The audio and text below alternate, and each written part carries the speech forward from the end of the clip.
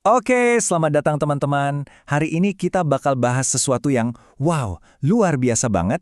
Api kebangunan rohani yang sejati. Kita mau coba gali pelajaran dari kehidupan seorang tokoh yang hebat, Jonathan Gofford, untuk menemukan apa sih esensi dari sebuah gerakan Tuhan yang otentik. Yuk, kita mulai dengan satu pertanyaan penting banget. Di zaman sekarang kan, gereja itu penuh banget sama strategi, program, acara. Tapi apa sih sebetulnya rahasia di balik kebangunan rohani yang murni, yang benar-benar ngubah hidup dan bertahan lama? Jawabannya ternyata mungkin nggak ada di buku-buku strategi modern.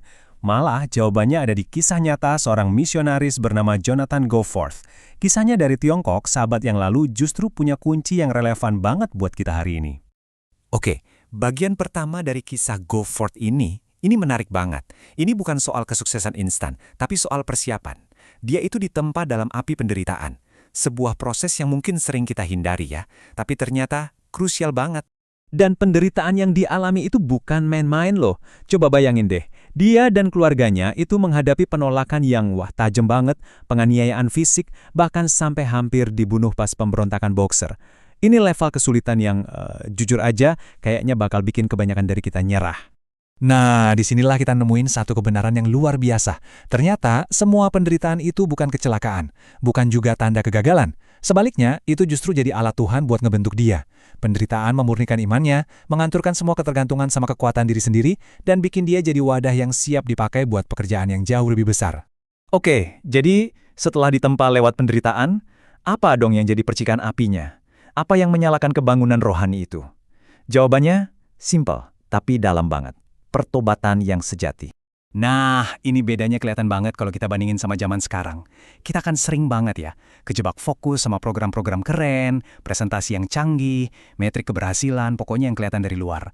Tapi Gofford, wah, dia ngingetin kita sesuatu yang beda banget.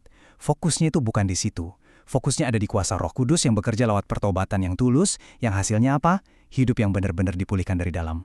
Dan inilah intinya teman-teman, kebangunan rohani itu nggak bisa direkayasa, nggak bisa dibikin-bikin pakai teknik secanggih apapun. Itu selalu, dan saya ulang ya, selalu tanpa kecuali dimulai dari dalam. Dari hati yang hancur karena dosanya, dan benar-benar mau bertobat di hadapan Tuhan.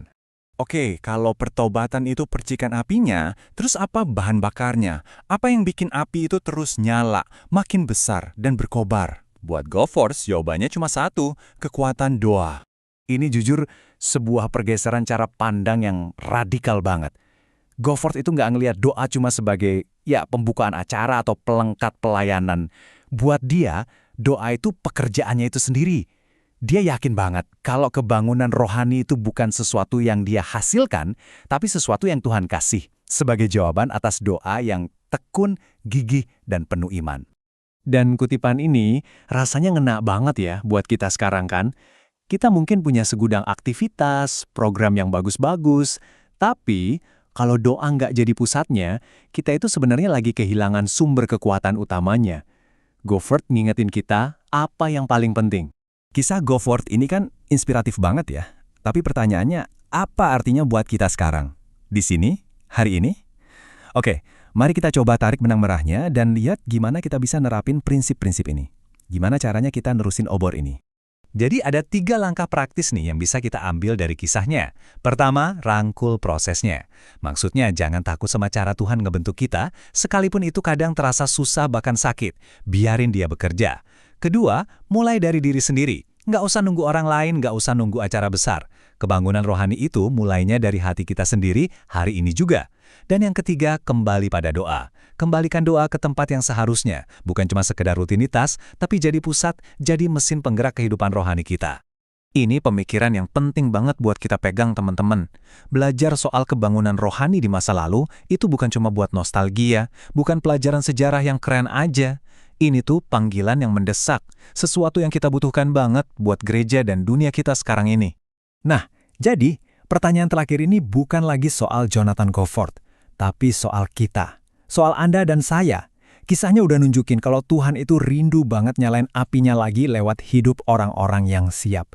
Apinya itu udah menanti. Pertanyaannya sekarang adalah, kita siap nggak?